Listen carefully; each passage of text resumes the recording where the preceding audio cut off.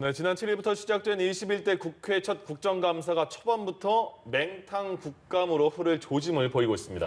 네, 이런 가운데 국민의힘 곽상도 의원과 문재인 대통령의 아들 준용 씨가 국정감사 증인을 두고 설전을 벌이기도 했는데요.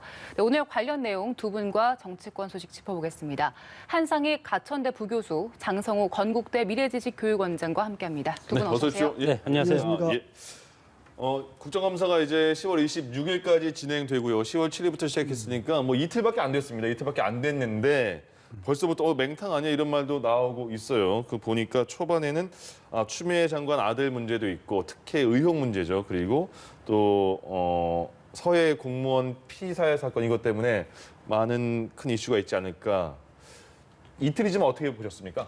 글쎄 우리 국회가 일하는 국회 이렇게 선거 때는 얘기하지만 네. 막상 개원을 하면 네. 맹탕 국회 그러고 일하지 않고 지역 구민이라든가 지역의 어떤 선심성 예산이라든가 이런 거 확보하는 그런 이익 단체로 전락하는 경우가 상당히 많지 않습니까? 예. 그래서 저는 상당히 국회의 어떤 기능에 대해서는 중요시 생각하지만 그 국회 구성원들에 대해서는 그렇게 신뢰하지 않는 그런 평가를 지금까지 해왔는데 네.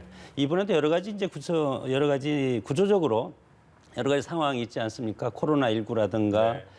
그리고 거대 여당과 소수 야당 그리고 또 야당이 상임위원장을 전부 포기해서 상임위원장 역할까지 야당의 역할까지 기대할 수 없는 그렇기 때문에 국민들 자체가 이 국감에서 야당이 너무 소수기 때문에 국감의 본질적인 기능이 그거 아닙니까? 입법과 관련된 것 네. 그리고 정부 예산 그리고 대통령의 국정 통제 이런 것들을 국회에서 감시하기 때문에 국회의 꽃은 뭐라고 했습니까? 국정감사. 네. 그리고 예를 들어서 민주주의의 꽃은 선거. 예. 이런 식으로 해서 국정감사가 국회, 특히 야당에 있어서는 가장 중요한 어떤 권능과 기능인데 예. 이런 어떤 국민의 어떤 그런 아픔과 여러 가지 가려움증을 긁어줄 수 있는 그런 기능을 거대 여당이라든가 코로나라든가 그리고 북한 변수라든가 여러 가지 지금 상황이 있어서 이런 것들을 제 기능을 발휘할 수 없기 때문에 예. 그래서 혹시나 했는데 역시나 이번 국회도 맹탕 국회로 끝나지 않을까 이렇게 저는 전망이 되고 네. 우리 최초의 국감이 1949년 12월 2일 날 국회에서 제56차 본회의에서 이것이 이제 실행이 됐는데 예. 그때는 어떤 사법적인 기능과 행정적인 기능이 있었는데 72년부터 이 행정적인 기능 국감만 지금 하고 있는데 이런 정말 제가 좀 전에 말씀하셨지만 국회의 꽃이라고 할 만큼 네. 중요한 국정감사 정말 국회의원들 여당과 야당 전부를 떠나서 국민의 대표기관으로서 자존심을 예. 세워야 될 그럴 것인데 현재 10월 30일까지 운영위원회까지 해서 다 마무리하지 않습니까? 그렇기 때문에 아직 시간이 많다. 네. 국민들로부터 신뢰받는 그런 국회가 됐으면 좋겠습니다. 예. 기대해 보자 이런 말씀인 것 같습니다. 교수님께서는 국민의힘 주호영 원내대표도 국감은 야당의 무대다 이렇게까지 말을 했잖아요. 근데 아직 그렇죠. 이틀밖에 안 됐지만 어떻게 보셨어요? 저는 지금 맹탕 국회라고 말씀하시는 것이 좀 핀트가 좀 어긋난 게 아닌가 그런 네. 생각이 좀 있어요. 어떤 왜냐하면 점에서요? 국감이라는 것이 기본적으로 국정을 위한 자료와 정보를 얻고 예. 정부에 대한 감시 비판, 그 대안을 제시하는 장이지 않습니까? 네. 물론 정치의 터전이기 때문에 정쟁이 없을 수는 없어요. 예. 그렇지만 결국 주 목적은 국정이고 정쟁은 그 다음이죠. 네.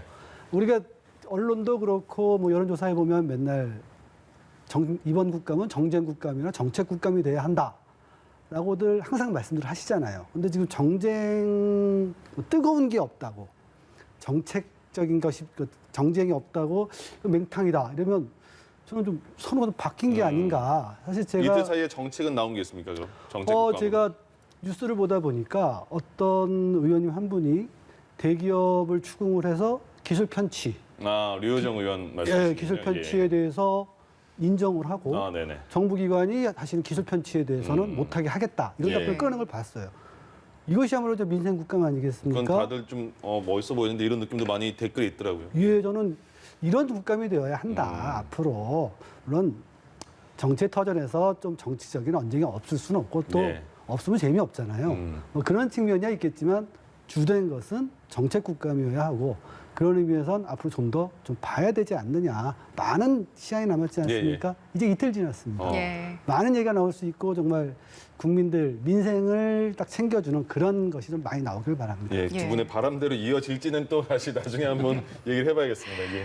예, 그럼 이제 다음 주 국감을 한번 이야기를 나눠보죠. 일단 다음 주 월요일에 법무부 국감이 진행이 될 텐데 여기에 추미애 장관이 출석을 합니다.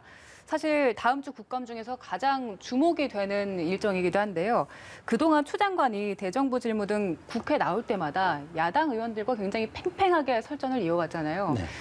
이번 국감에서도 뭐 그와 비슷한 장면들이 연출되지 않을까 싶기도 한데 어떻게 전망하세요? 뭐 야당은 지금 다음 그 국감만 기다리고 있는 것이 아닌가 예, 예. 이렇게 생각해도 지금까지 가파르게 싸우고 있었는데 이제 북한 변수가 좀 터져가지고 일시적으로 이제 소강 상태로 들어갔다가 국감 드디어 이제 마이크를 잡고 언론에 등장하는 것이 이제 다음 국감인데 네. 공정과 정의 뭐 서씨 문제, 그 추미애 장관의 서씨 문제 물론 검찰에서는 무혐의 처분을 이제 내렸지만 야당에서는 이것을 국정조사라든가 특검을 중기차게 주장을 할 것이고 그리고 이것은 문재인 정부가 지금까지 얘기하는 어떤 공정과 정의에 어긋나는 그런 문제고 그리고 추미애 장관이 국회에서 허위 사실을 얘기하지 않았습니까? 그런 거에 대해서 도덕성에 대해서 상당히 가파른 공격을 할 것이고 정치인이라든가 장관이라든가 이런 사람, 대통령이라든가 가장 치명적인 것이 도덕성의 어떤 상처를 입는 것이 가장 치명상 아니겠습니까? 예. 그런 차원에서 다음 주에 있을 추미애 장관의 국감은 추미애 장관뿐만이 아니고 문재인 정부에 있어서 여러 가지 상당히 아픈 부분을 건드릴 수 있는 그런 기회의 장이 될 것이고 야당 또한 이런 것들을 놓치면 또 야당이 아니지 않습니까? 국감의 본질적인 것도 여러 가지 국정 통제, 권력형 이런 것까지 컨트롤할 수가 있기 때문에 특히 이제 야당은 여기에 화력을 집중을 해서 예. 정치적인 어떤 뭐 이니시티브라든가 이런 것들을 끌고 오기 위한 그런 노력을 상당히 할 것이고 지금 뭐 그럼에도 불구하고 여러 가지 뭐 아까 방금 제가 말씀드렸지만 코로나19로 인해서 여러 가지 야당의 역할, 야당은 본질적으로 예를 들어서 장외로 나가거나 국민의 어떤 시선을 사로잡는데 여러 가지 수단을 써야 되는데 코로나19로 인해서 그런 것이 다 막히지 않았습니까? 예. 그렇기 때문에 지금 유일하게 터진 것이 국감에서 국민한테 이런 것들에 대해 야당이 이런 어떤 진면목을 발휘할 수 있기 때문에 다음 주 추미애 장관의 어떤 법무부 국감 상당히 치열한 난타전이 될 것이고 국민도 여기에 상당히 큰 관심이 클 것이다. 그렇게 전망을 합니다. 예. 예. 그 법무부 국감에서요. 일단 뭐 가장 주되게 논의될 것이 일단 아들 문제가 있을 거고요. 네. 또 검찰 개혁 문제 등을 검찰 두고도 개혁 문제가 있겠죠. 계속해서 뭐 이어져 왔잖아요. 교수님께서 어떻게 전망하세요? 저는 또 얼마 전에 그 정세균 총리께서 답변하신 게 있어요. 예. 저희 몇 개월째 이러고 계십니까? 아들 문제 하나로 네. 그쵸. 일 좀 합시다. 예. 대정부 질문에서요. 이렇게 예, 예. 말씀하신 적이 있죠. 그 말씀하신 대로 이 국민들의 관심 집중된 부분, 특히 이제 뭐 도덕성과 관련된 부분에 대해서 야당 의원들이 당연히 질의하고 거기에 대해서 추궁하는 건 당연한 임무라고 생각을 예. 합니다. 하지만 그죠, 과하면 안 되겠죠. 예. 아까도 말씀드렸지만 과하면 안 될 테고, 그리고 뭐 저희 전망을 해보자면은 추다르크 아니겠습니까? 예. 추다르크신데 벌써 그 결론 나기, 그러니까 검찰 결론 나기 전에도 강하셨던 분인데 이 검찰에서 무혐의 결론이 났고 예. 뭐 다른 비슷한 사례에 있었던 장병도 되게 많다는 게 좀 밝혀진 상황에서 아마 야당 의원님들이 공격을 하셔도 그렇게 추 장관님이 선선히 물러나실 것 같지 그러니까 않아요. 지금 말씀하신 거기까지는 야당도 인정을 하는 네. 부분인데 추가로 거짓말을 했다라는 부분은 보좌관과 통화를 했지 않았냐, 그 처음에 제보한 그 현 당직 병서와 통화하지 않았냐, 근데 계속 안 했다고 거짓말, 뭐 장제원 의원 같은 경우에는 27번 거짓말했다, 거기에 대한 사과를 해야 되지 않느냐 이런 얘기거든요. 그런 거짓말을 했다라는 것은 한쪽의 주장이죠. 역시 주장 주장이죠. 거기서 나온 네. 그 검찰 조사에서도 조사 기록을 보면 거기 네. 통화했다고 통화했다고 되어 나온 것 같아요. 있습니다. 예. 근데 이제 그거를 추 장관이 지시를 해서 통화를 아, 시켰느냐. 그렇죠. 예, 예. 이게 지금 맞습니다. 핵심이거든요. 지시에 따른 통화냐? 예, 추 장관은 아니냐. 지금 안 했다라고 지시한 적은 없다라고 예, 예. 얘기를 하는 거라 지금 상호의 주장이 엇갈리는 상태예요. 그렇다면은 이것은 결국 수사를 통해서 아니면 밝혀낼 수가 없는 부분입니다. 근데 이것을 국정감사, 법무부 한 달 내내 하는 거 아니잖아요. 이곳에 끌고 와서 또 오래 가는 것도 그렇게 썩 바람직한 모습은 아니다. 정당은 결국 성과를 통해서 평가를 받습니다. 예. 저는 이 그 국감을 통해서 야당도 의혹 제기하고 추궁할 거 추궁을 하되 이 정책적 성과, 민생에 대한 성과를 하나 좀 생각을 해야 이 다음에 좀 더 선택을 받는 정당이 되지 않을까. 그러면 짧게 이런 그러면 거고요. 추가로 그 그 다음 주 월요일에 있을 추미애 장관에 대한 국정감사에서는 큰 이슈가 안 될 것이다. 지금 그 아들 병역과 관련된 문제에서. 이미 너무 생각보다. 많이 나왔어요. 예. 너무 많이 나온 문제라서 몇 달 좀 끌고 있는 문제라서 새로운 것이 없는 이상 뭐 그렇게까지 중을 끌까? 저는 이렇게 알겠습니다. 생각을 합니다. 예, 예. 알겠습니다. 그리고 지난 SNS에서는 곽상도 의원과 문준용 씨의 설전이 또 이슈가 되기도 했었는데요. 일단 이 사건이 어떻게 된 거냐면 교육부 국감에 출석했던 건국대 이사장을 부른 게 사실 민주당 의원이었는데 문 씨는 곽 의원이 부른 걸로 착각을 했었죠. 그러면서 좀 두 분의 나이 차이에 비해서 좀 무리한 언사를 했다, 뭐 이렇게 나오기도 했는데 결국에 일단 문 씨가 곽 의원에게 사과를 하긴 했습니다. 이렇게 사과를 했는데 아직도 여기 논란이 이어지고 있고 또 사실 이 두 분이 SNS상에서 논란을 상당히 많이 이어왔더라고요. 자주 싸워요. 예, 교수님께서 어떻게 보셨어요? 곽상도 의원 같은 경우는 이제 문재인 의원과는 개인적인 여러 가지 뭐 정권적인 차원이라고 저는 생각을 합니다.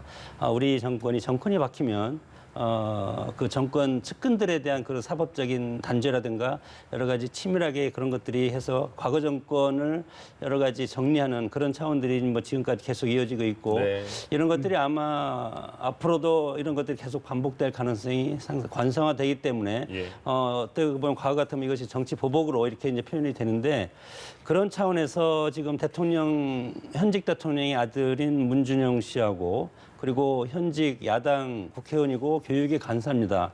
곽상도 의원 지난 박근혜 정부 때 핵심적인 청와대 수사까지 하지 않았습니까? 이런 상황이기 때문에 박근혜 정권의 핵심과 지금 현직 대통령의 아들과의 이런 SNS에서 이런 것들은 저는 상당히 바람직스럽지 않다 이렇게 보고 누가 잘 됐건 누가 잘못됐건 문준용 씨도 이거에 대해서 미안하고 잘못 알았다 이렇게 된 것은 이것에 대해서 사과를 했다고 보는 건데 네네. 이것은 사실 오인이죠. 예. 사실 오인이기 때문에 공인의 아들이 아닙니까? 우리나라 최고의 공인의 아들인 문준용 씨가 사실관계를 잘못 알고 이렇게 SNS를 통해서 이렇게 한 것도 예. 이것도 사과를 해야 될 것이고 곽상도 의원도 마찬가지로 여러 가지 이제 뭐 국정감사를 물론 보좌진들이 뭐 24시간 여기에 대해서 노력을 하고 그렇게 하지만 여러 가지 이런 것들에 대해서 또 정치인은 SNS를 상당히 뭐 좋아하고 이용하고 있지 않습니까? 왜냐하면 기자들이 이것을 받아 쓰기 때문에 그래서 SNS를 이용을 하는데 국감 같은 거 제가 아까도 말씀드렸지만은 이 국정의 통제 부분 이런 것들이 주 이슈가 돼야 되고 네. 입법과 예산 이런 것들이 상당히 핵심적인 거기 때문에 국회의 꽃이라고 얘기를 하는데 지금 우리 국감 같은 거 국회의원 같은 경우는 뭐 지금 여러 가지 증인들을 불러 모으고 있지 않습니까? 그것이 소위 말해서 한탕주의라고 저는 생각을 합니다. 그래서 과거 같으면 이제 정교 분리라는 것이 있지 않습니까? 정치와 종교가 분리된다. 마찬가지로 우리 교육도 마찬가지로 정교 분리해서 정치와 교육이 좀 이제 분리돼서 교육 현장의 어떤 정쟁화는 사실 이제 바람직스럽지 않다고 생각이 알겠습니다. 들고 예. 특히 이제 여기서 중요한 것이 이제 강의 초빙 교수로 임용했다는 거죠 건국대.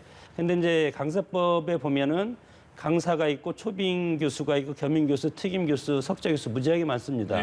근데 이 교수들은 통상적인 전임 교수가 아니고 일반 강사법에 규정된 교수들은 네. 1년이라든가 2년 이렇게 재임용 과정을 거치는 거기 때문에 대학의 총장이 이분들에 대해서 임명권이 있고 이런 상황에서 지금 문준용 씨는 건국대 이제 강의 출빈 교수로 임명이 됐는데 예. 건국대 규정에 보면 강의 출빈 교수는 한 학기에 6학점을 이상을 해야 되게 돼 있습니다. 너무 그렇게 자세하게까지는 이제 안 하셔도 될 것 네, 같습니다. 그렇기 때문에 예. 지금 이 SNS의 이런 논란 같은 경우는 서로의 어떤 정쟁거리가 아니고 예. 이런 것들은 개인적인 SNS 통해서 이용하는 것이 상당히 바람직하지 않나 이렇게 생각이 듭니다. 아, 건국대시군요.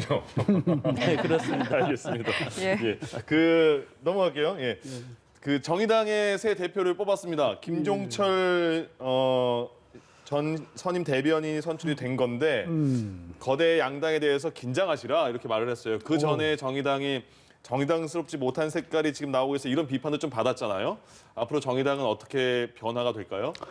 김종철 당대표님은 전 대학 시절부터 친구고요. 네. 잘 압니다. 아, 교수님하고요? 예, 예. 네. 아주 심지도 굳고 예. 두뇌도 명석하고 공부도 열심히 하는 친구예요. 그래서 이번 참 국회에 진출했으면 참 좋겠다는 생각을 많이 했는데 아쉽기만 해요. 네네. 아쉽기만 한데 어쨌든 김종철 대표는 대학 시절부터 어떤 진보에 대한 그런 열정, 신념 그리고 이런 것도 있었고 진보 정당으로 헌신해 오신 분이잖아요.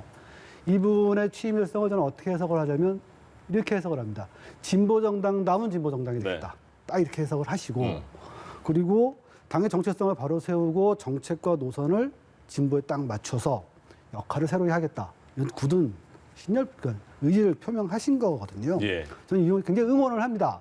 그리고 이런 젊은 이제 50살인데 젊은 친구가 나왔는데 젊은 당대표 나왔는데 다들 긴장해야죠. 이렇게 진보 정당다운 진보 정당 되겠다. 선언을 하고 딱 선포를 했으니까.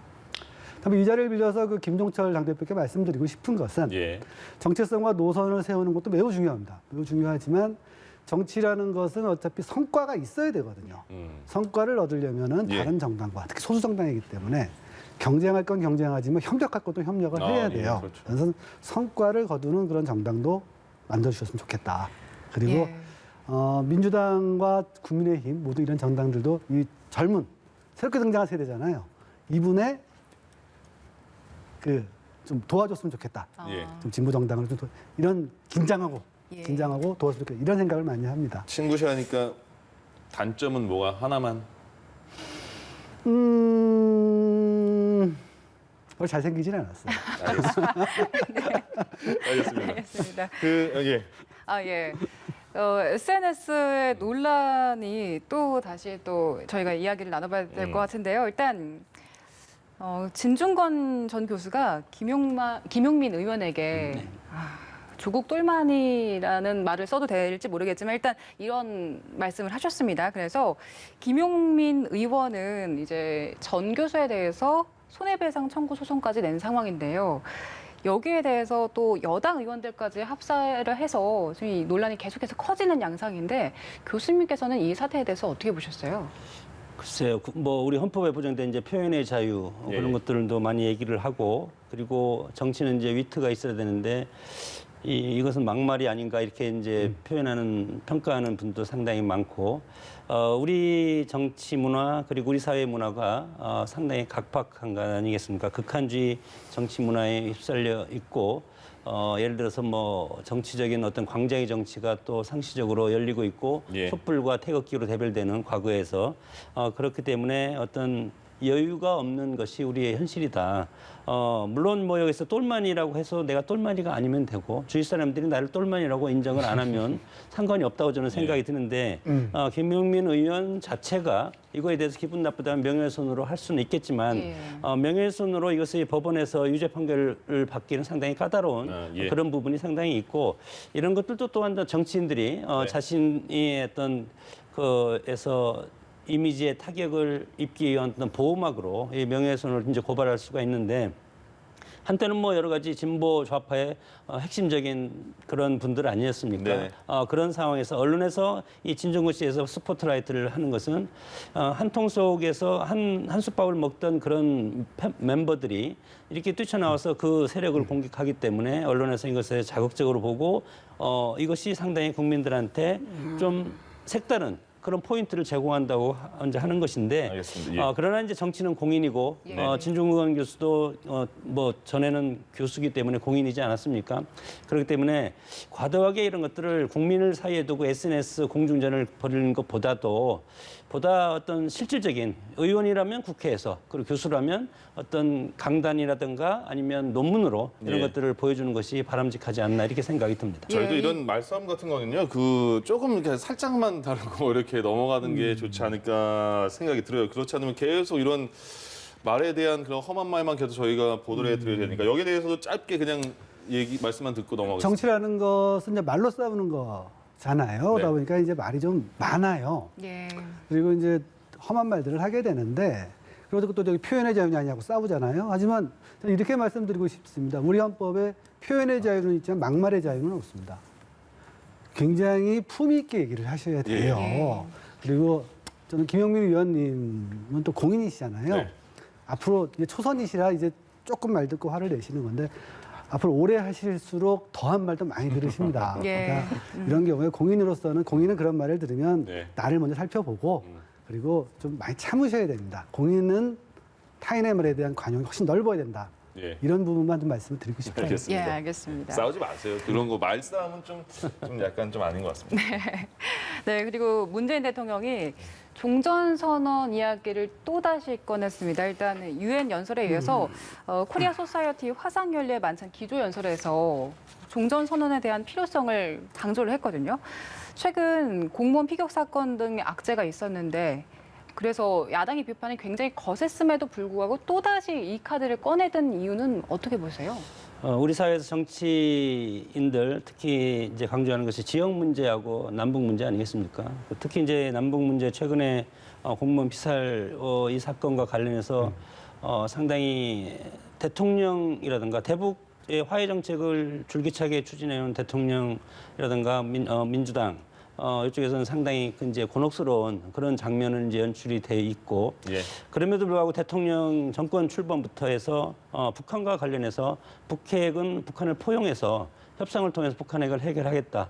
그러나 그것이 지금 북미 직접 대화도 하고 우리와 북한과 어떤 대화도 하고 삼자가 서로 협의도 많은 거쳤지만 그것이 역시 북한은 북한이다 이렇게 야당의 주장대로 가고 있지 않습니까? 그렇기 때문에 이것을 북한의 어떤 그런 또 통일 드라이브 그리고 북핵 제거 드라이브를 강력하게 추진했을 불구하고 그 성과도 없고 오히려 북한이 여러 가지 지금 폭파도 하고 그리고 이제 최근에는 여러 가지 오늘도 여러 가지 신형 무기 같은 거 이런 것들을 지금 디스플레이하고 있지 않습니까? 이런 상황에서 문재인 대통령의 북한을 향한 그런 대북 화해 메시지라든가 한반도 분단 상황을 진전시킬 수 있는 그런 노력 이런 것들이 저는 벽에 부딪혔다고 봅니다. 네. 그럼에도 불구하고 대통령 입장에서는 자, 북한이 이렇게 벽에 부딪혔으니까 우리는 과거에 박근혜 보수정당이라든가 보수정권에서 했던 것처럼 북한을 극복의 대상으로 다시 돌리겠다.